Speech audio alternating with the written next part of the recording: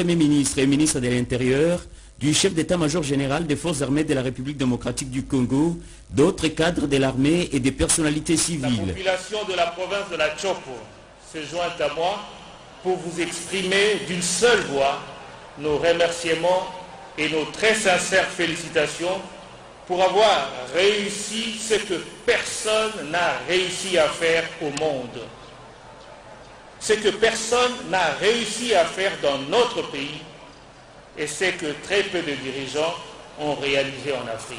Vous avez prouvé votre grandeur d'âme à la face du monde et votre amour inconditionnel pour votre pays. Vous avez ainsi tout donné pour que revienne la paix et l'unité nationale. Pendant que les ennemis du Congo vous ont piégé au tournant de l'annonce d'un éventuel troisième mandat pour plonger le pays dans le chaos, le désordre et la désolation, vous avez promis de respecter la Constitution et vous avez tenu votre promesse, déjouant ainsi ces derniers pièges en passant votre bâton de pèlerin à un dauphin, fruit du consensus et de l'unanimité au sein du Front commun pour le Congo.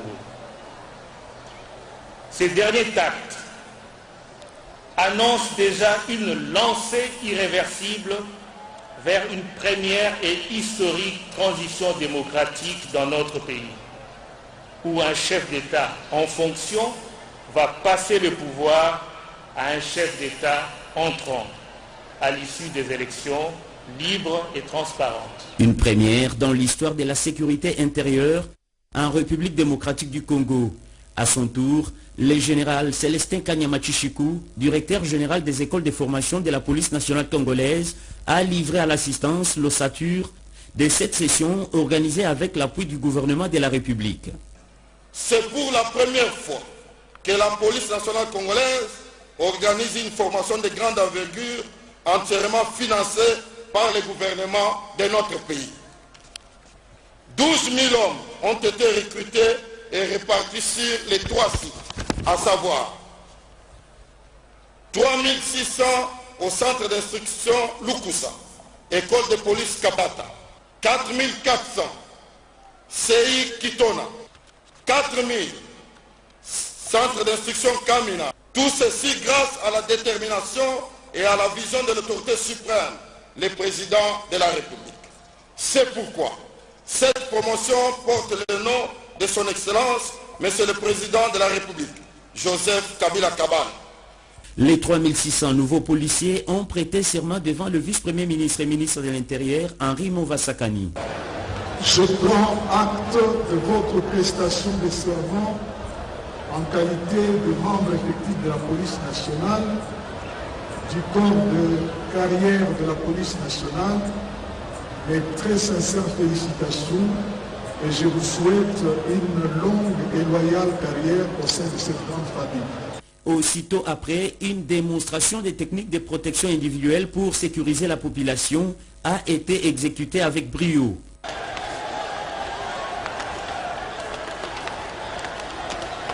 Le commissaire principal de la police nationale congolaise, le général Amouli, a rappelé les règles à observer aux braves patriotes. À vous, jeunes policiers, vous qui êtes à l'honneur aujourd'hui, la formation que vous venez de terminer vous aidera certainement à parfaire vos connaissances policières futures et à avancer normalement en grade si vous mettez en pratique ce qui suit. La discipline, l'exécution correcte des missions de la police conformément aux textes légaux, le respect strict des règles de bon comportement du policier vis-à-vis de la population, éviter le vol, la tracasserie, l'ivresse publique, les violences sexuelles, etc.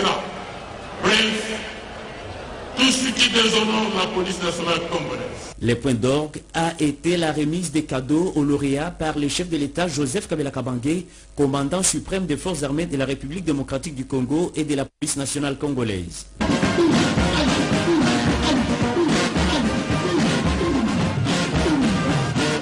Après la la cérémonie, le père de la nation congolaise s'est offert un bain de foule.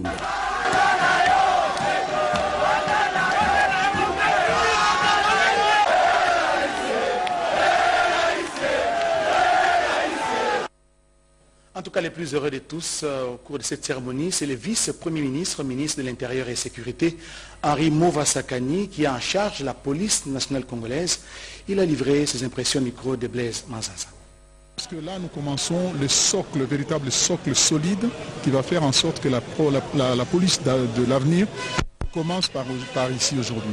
Le chef de l'État a donné déjà des instructions pour qu'un deuxième palier arrive. Donc après la promotion Joseph Kabila, Kabangé, il y aura une suite pour essayer de cerner l'ensemble du territoire national avec des troupes fraîches, des gens formés dans les normes, ayant été recrutés selon les critères rigoureux, des critères prescrits par la loi. C'est la première fois qu'on arrive à une telle ampleur de plus d'une brigade, 12 000 hommes, d'une formation solide. Et nous pensons vraiment que là commence le renouveau de notre police. Et puis, direction l'Assemblée nationale avec cette plénière, faute de quorum requis, 2 textes de loi, dont celui portant statut du personnel de l'enseignement supérieur et universitaire, ainsi que de la recherche scientifique, n'ont pas été adoptés. Les déroulés de cette plénière avec Jean-Pierre-Henri Kassanganambengo. Faute de quorum requis, 2 textes de loi tirés de l'ensemble du lot de 14 en attente de traitement n'ont pas pu être mis aux voix. Par conséquent, ils ont pris rendez-vous avec les députés nationaux à une prochaine séance plénière. Il s'agit du projet de loi sur le statut du personnel de l'enseignement supérieur universitaire et de la recherche scientifique. Il s'agit également de notre projet de loi dont la vocation consiste à autoriser la ratification par la République démocratique du Congo de la Charte africaine des valeurs et des principes de la décentralisation de la gouvernance locale et du développement rural. À l'unanimité, l'option a été levée d'adopter ces 2 textes en même temps que le projet de loi des finances et du pouvoir central pour l'exercice 2019. Il n'est peut-être pas moins important de noter qu'aucun obstacle ne se dresse sur la possibilité d'entendre la Commission électorale nationale indépendante autour de son rapport annuel. Dans la Chambre haute du Parlement congolais, c'est tout le contraire. 2 projets de loi, celui portant organisation et fonctionnement de l'ordre des médecins, ainsi que de la loi des finances 2019, ont été votés ce vendredi lors de la plénière présidée par Léon Kengo Wadondo, Berthe Mkonkole, Bertin Kofo et Christian Tako Aïwa ont signé ce reportage. Le projet de loi de finances pour l'exercice 2019 est voté en des termes identiques par les 2 chambres du Parlement. Le Sénat l'a adopté ce vendredi en séance subséquente après l'audition du rapport de la commission ECOFIN qui a examiné en profondeur ce texte de loi. Ce projet se présente en équilibre, en recettes et en dépenses à plus de 10 000 milliards de francs congolais, soit un taux d'accroissement de 0,01% par rapport à 2018. Après avoir présenté la configuration de ce projet du budget, le président de la commission ECOFIN, Evariste Mabi Moulumba, a signalé une innovation introduite dans la rubrique des recettes exceptionnelles. A signalé également l'amendement pertinent du sénateur Denis Ngunda sur les liens à établir entre la croissance économique et l'exécution du budget d'investissement. Dans ses recommandations, la commission souhaite que le gouvernement déploie beaucoup d'efforts pour rendre crédible sa gestion budgétaire. L'Assemblée plénière a adopté également en séance subséquente la loi sur l'ordre national de médecins vétérinaires de la RDC. Ce texte organise cette corporation à l'image de l'ordre national de médecins ou de pharmaciens. Il vise à éradiquer la non-protection des médecins vétérinaires, la présence des non-médecins vétérinaires, l'inefficacité des structures vétérinaires avec une mission d'organiser les cadres juridiques pour l'exercice de la profession. De même, le projet de loi constitue une garantie de la sécurité alimentaire de la population, un bouclier face à la pathologie animale. Après ses contacts avec différentes parties prenantes au processus électoral, la délégation du commissaire en séjour de travail à Kinshasa a fait part à la CENI des préoccupations des uns et des autres. Marcelin Monanteba et Raphaël Sadi nous en disent plus dans ce reportage.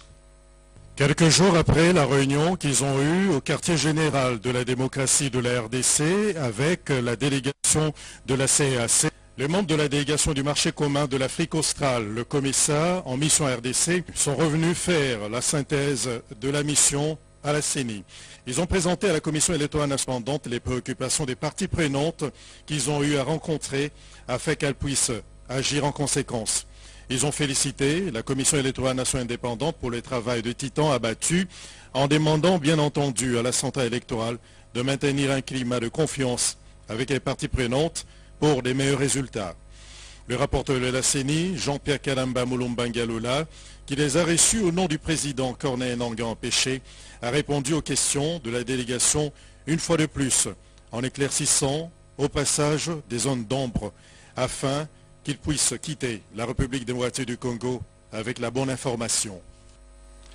L'opposition congolaise est comparée aujourd'hui à la tour du roi Peto. Ce n'est pas moi qui l'ai dit. Je vous convie plutôt à suivre ces dossiers de la rédaction consacrés à ces différentes sorties en Belgique et dans d'autres pays. Après la pantalonnade de Genève en Suisse, quelques membres de l'opposition radicale congolaise ont continué à s'exhiber piteusement à Bruxelles en Belgique dans un spectacle digne d'un cirque de mauvais goût.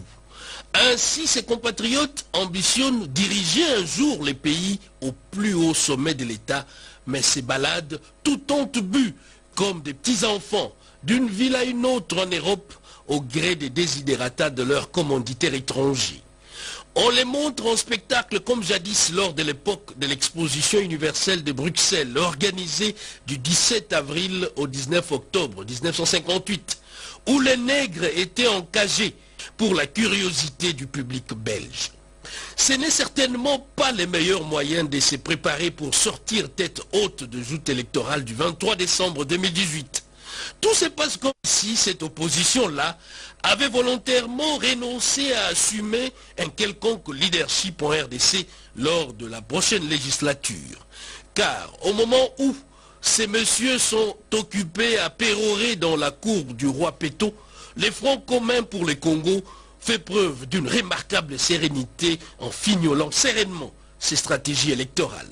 Au lendemain de leur fameux accord de Genève et des reniements qui s'en sont suivis, l'opposition radicale risque de manquer de temps avant les élections pour recréer au sein de l'opinion nationale une crédibilité profondément entamée par ce qui apparaît désormais clairement comme une conspiration avec des manipulateurs étrangers contre les intérêts nationaux. Des étrangers qui n'ont jamais renoncé à faire main basse sur le Congo et ses ressources, et qui ont cru avoir trouvé à la faveur de la réunion de Genève, où l'opposition recherchait un candidat commun, une opportunité à saisir pour faire aboutir leur funeste dessein, avec hélas la complicité de quelques fils du pays aux ambitions démesurées. Mais le Congo tient toujours debout et s'apprête à organiser contre vents et marées son 3e cycle d'élections libres, transparentes et démocratiques, n'en déplaise à des étrangers jaloux, envieux et à leurs suppôts locaux. Mais retenez tout de même que les dialogues restent maintenus entre Bruxelles et Kinshasa. Le ministre d'État belge l'a dit à l'issue de l'échange qu'il a eu avec le vice-premier ministre, ministre des Affaires étrangères, Léonard Chéo Kitundu. L'homme d'État belge indique qu'il est venu écouter Kinshasa sur les différends qui opposent les deux pays. Françoise Bouelabouaki. L'orage est-il en train de passer?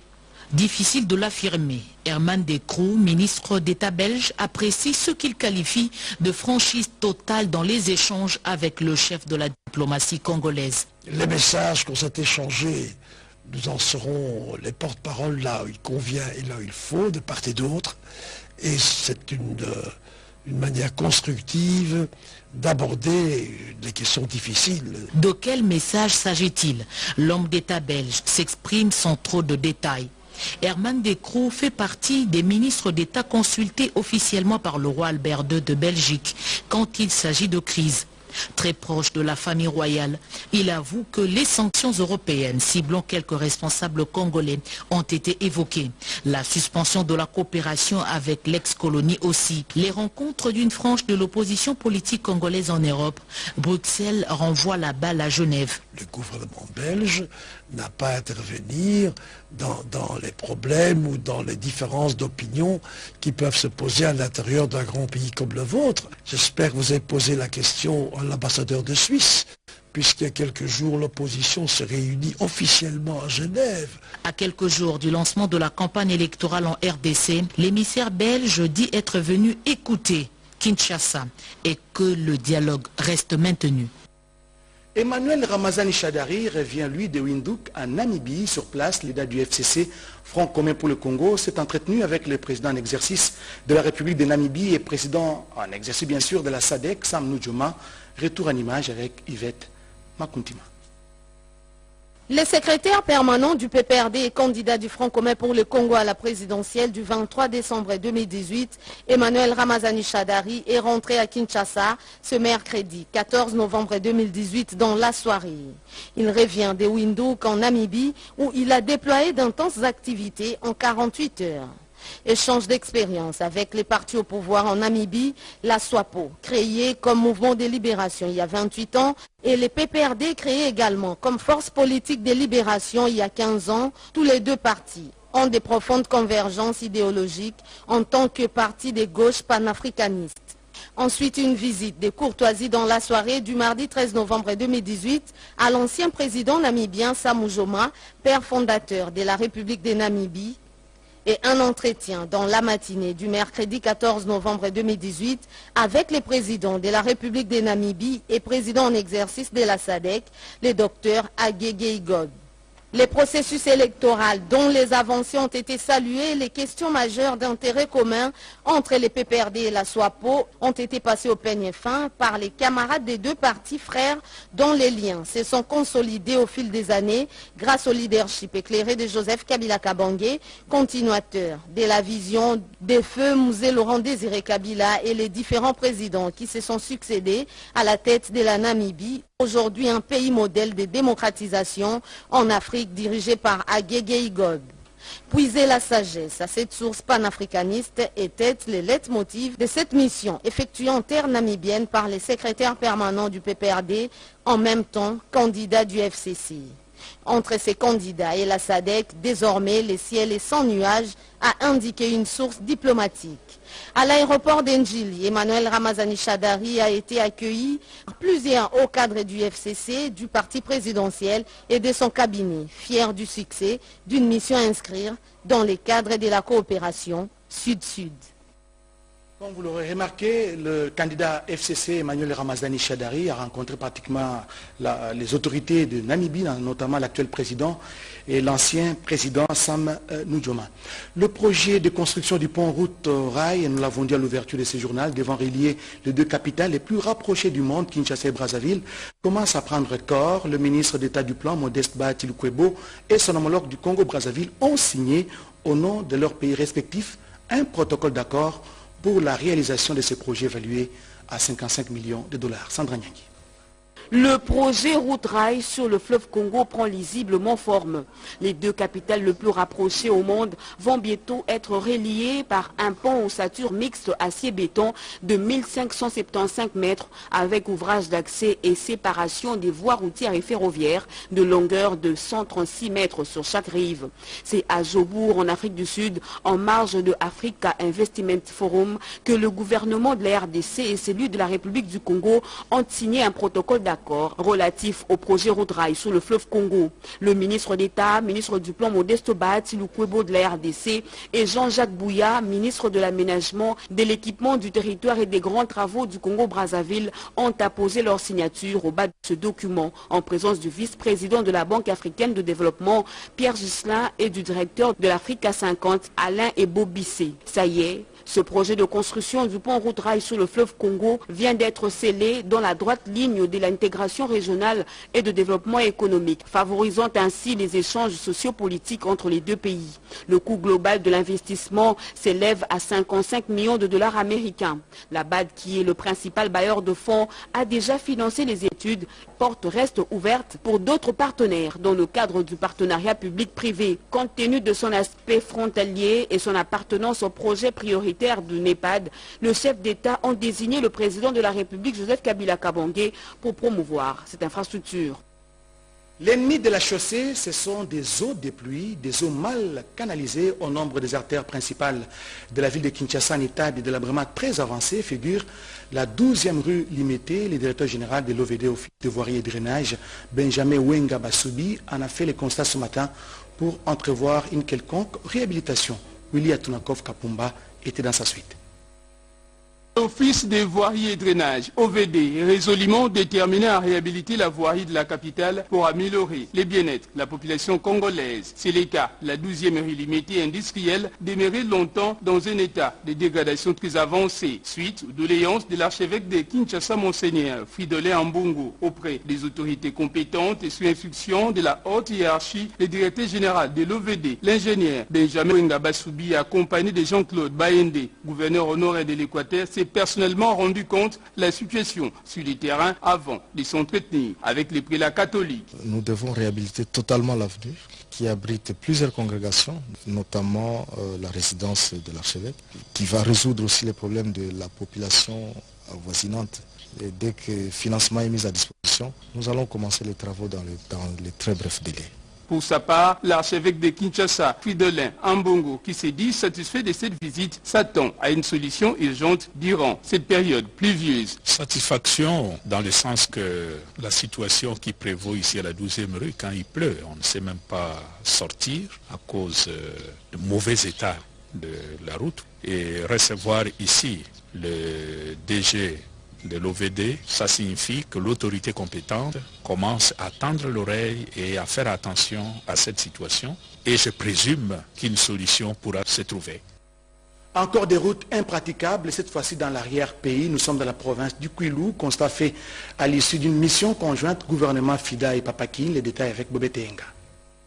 Le service public chinois qui finance le secteur agricole compte faire bénéficier à la RDC son expertise. Une délégation de AVIC International Beijing a rencontré ce vendredi le ministre de l'Agriculture Georges Kazadi Kabongo.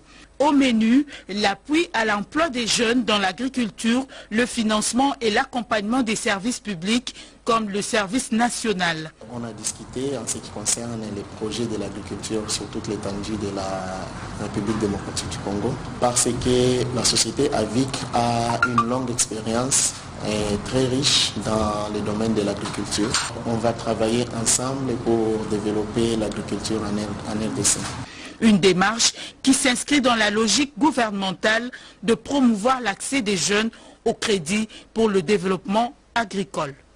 L'agriculture, parlons-en encore dans ce journal, c'est l'une des priorités du gouvernement. Quelques visites de terrain ont été effectuées pour promouvoir l'agriculture en République démocratique du Congo. La production agricole pour assurer la sécurité alimentaire et relever les niveaux de vie de la population locale et paysanne nécessite les deux enclavements des zones de production agricole. Le secrétaire général à l'agriculture, Évariste Bocha Bopeming, accompagné du ministre provincial de l'agriculture, du consultant du FIDA et des experts, ont effectué ce jeudi 15 novembre 2018 une descente à Kiputuseke dans les territoires de Boulungu, province du Kwilu. Objectif, faire l'état des lieux de cette route des desserts agricoles qui sera réhabilitée par Papakine. Le constat est amer. Nous sommes venus pratiquement sceller le démarrage des travaux du projet FIDA. Nous avons un grand souci pour qu'on puisse réhabiliter cette route. Nous aimerions vraiment que rapidement que l'on puisse redémarrer les travaux des routes. De leur côté, les conducteurs de poids lourds, les paysans producteurs, les commerçants et autres usagers de la route ont déploré la dégradation avancée de cette route des desserts agricoles qui rend difficile l'évacuation des produits récoltés. Ils ont lancé le cri d'alarme à l'autorité compétente pour une solution adéquate.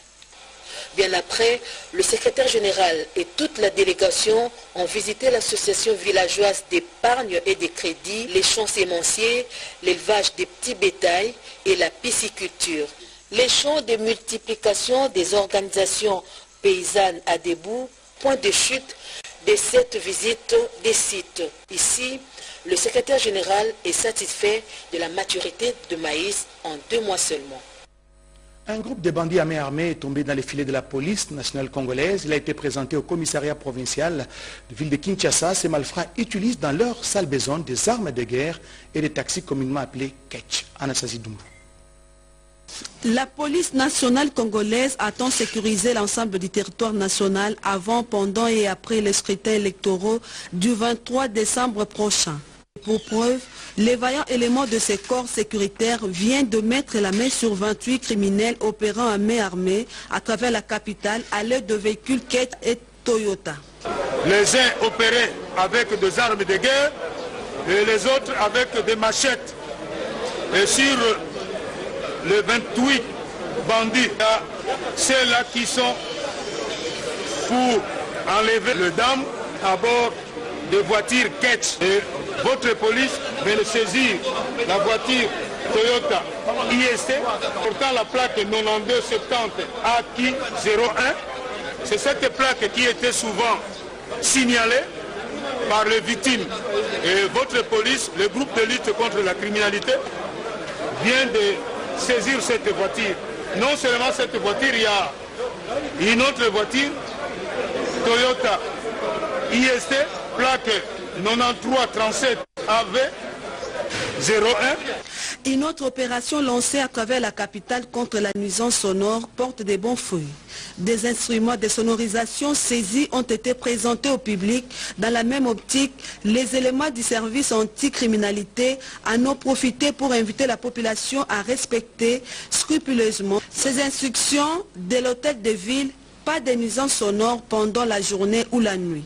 Comme on les voit, à quelques jours du lancement de la campagne électorale pour les élections du 23 décembre, le commissaire provincial de la ville-province Kinshasa promet la sécurisation totale de la population et de ses biens, tant en ville qu'à la... Les incidents survenus cet avant-midi à l'UNIKIN sont de nature à compromettre la fin de l'année académique. Le ministre de l'Enseignement supérieur, Steve Mbikai, s'est saisi du dossier pour des solutions idoines. Il a déploré des pertes en vies humaines. Edith Chala. La mort de ces deux étudiants est une indélicatesse d'un policier avec arme létale sur un site universitaire, en l'occurrence l'université de Kinshasa, où les étudiants protestaient contre la grève des professeurs. Un drame de mort d'homme à cause d'un homme qui a transgressé la norme.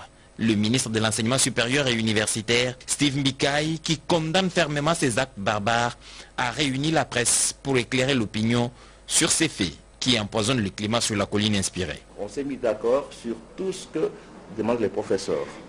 Aujourd'hui, il devait y avoir une assemblée générale de la Pékin à l'UNIKIN, mais étant donné l'insécurité, cette assemblée générale a été reportée pour mardi et nous sommes optimistes que le bureau de la Pékin fera rapport et que la réaction sera positive afin de mettre fin à cette situation, tout en insistant pour qu'on arrête, qu'on juge et qu'on condamne les responsables de cet incident, la mort d'homme. Nous lançons un appel au calme aux étudiants. Des enquêtes seront diligentées et rapidement les coupables se verront appliquer la loi dans toute sa rigueur. CAN Cameroun 2019, les Léopards, notre 11 national, se trouve depuis cet après-midi à Brazzaville pour livrer son match contre les Diables Rouges du Congo. Reportage Bonheur Manfana, Laurent Gala. Déterminés à prendre le taureau par le corne pour assurer leur qualification à la CAN Cameroun 2019, les Léopards ont traversé le fleuve Congo pour baser leur quartier général à Brazzaville. Le moral est au zénith et les Léopards ont le soutien de toute la nation. Et à l'honneur de notre pays, à l'honneur du leur, donc ça met beaucoup de saveur dans ce match. On sait que ça fait très longtemps que cette équipe ne nous a pas battus. Ils ont failli le faire pendant la CAN et puis on a renversé la tendance. Et, je crois que la dernière victoire remonte en 1972. Bon, même s'il n'y a pas eu beaucoup de confrontations entre nos deux pays. Mais nous, on n'oublie pas non plus qu'on a été éliminés par eux au niveau du CHAN. Donc il y a autant d'ingrédients de notre côté pour trouver des motifs de motivation que chez eux.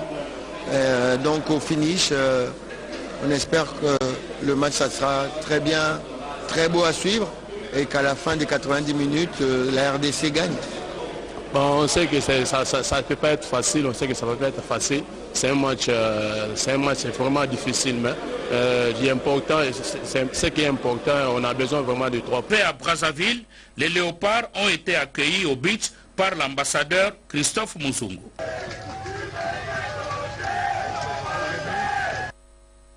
L'honorable Adel Kainda Maïna, présidente de l'ALDC, a séjourné dernièrement à Sandoa, province du Lualaba, son fief électoral. Elle a procédé à l'implantation de son parti politique avant de communier avec sa base. Guillaume Koukouma-Mengipanchi.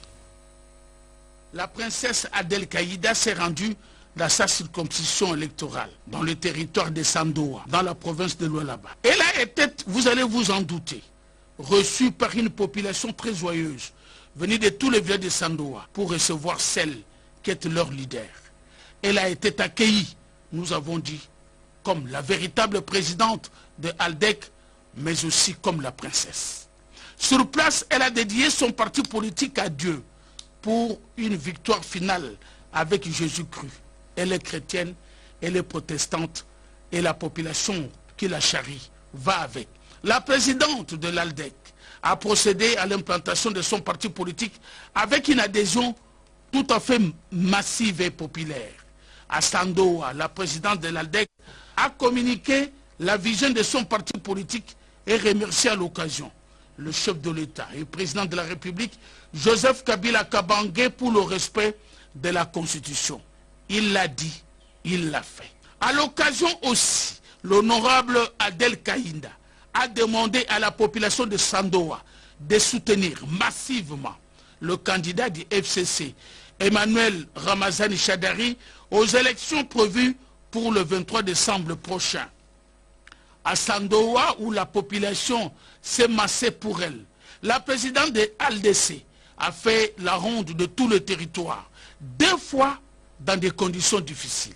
Et vous allez y remarquer, pas de pont, pas de route. Mais partout où elle est passée, elle a remis des dons à toutes les couches de la population et de la société. Non seulement du matériel agricole, à la réhabilitation de l'édifice religieux. À cela s'ajoutent aussi d'autres actions de bienfaisance. Désormais, ALDC, parti politique de la majorité présidentielle, présidé par la princesse Adel Kaïda, est très bien implanté à Sandoa, ou dans le territoire de Sandoa, dans la province de Lualaba. Demain, c'est des résultats qui feront le tic. Terminons ce journal par ce résumé de l'actualité justement dans le secteur politique avec l'adoption du rapport par la cellule du secteur informel du FCC ainsi que la jeunesse katangaise qui a sensibilisé sur le processus électoral. D'autres détails dans ce reportage. Si dans les états-majors des partis politiques, l'on se prépare à affronter les scrutins du 23 décembre 2018 au FCC, Front commun pour le Congo, les cellules stratégiques récemment mises en place ne dorment pas sur leur laurier.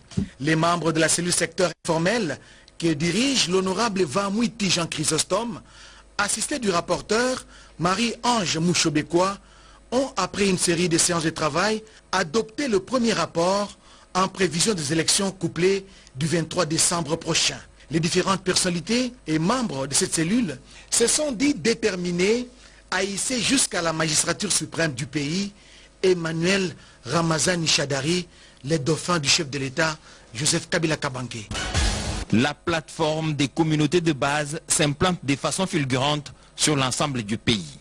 À Manono, dans la province du Tanganyika par exemple, à peine installé par José Kabulo qui conduisait la délégation, le président territorial de la plateforme des communautés de base Manono s'est mis à l'œuvre. Quartier après quartier, Ngoïloa Bonzasage a installé les comités locaux de cette plateforme. Les quartiers Majondo, Lukushi, Kaoulou Minono et Louvois ont à présent leur coordonnateur de la PCB. Habitué de terrain, José Kabulo a mis toute son énergie dans la mobilisation de la base autour de cette nouvelle dynamique qui s'inscrit dans l'ordre des choses derrière le candidat du Front commun pour le Congo FCC, Emmanuel Ramazani Shadari, choix du chef de l'État Joseph Kabila Kabange. Selon les orientations du directoire national de la plateforme des communautés de base PCB, le travail sur le terrain s'est fait sans couleur des partis politiques.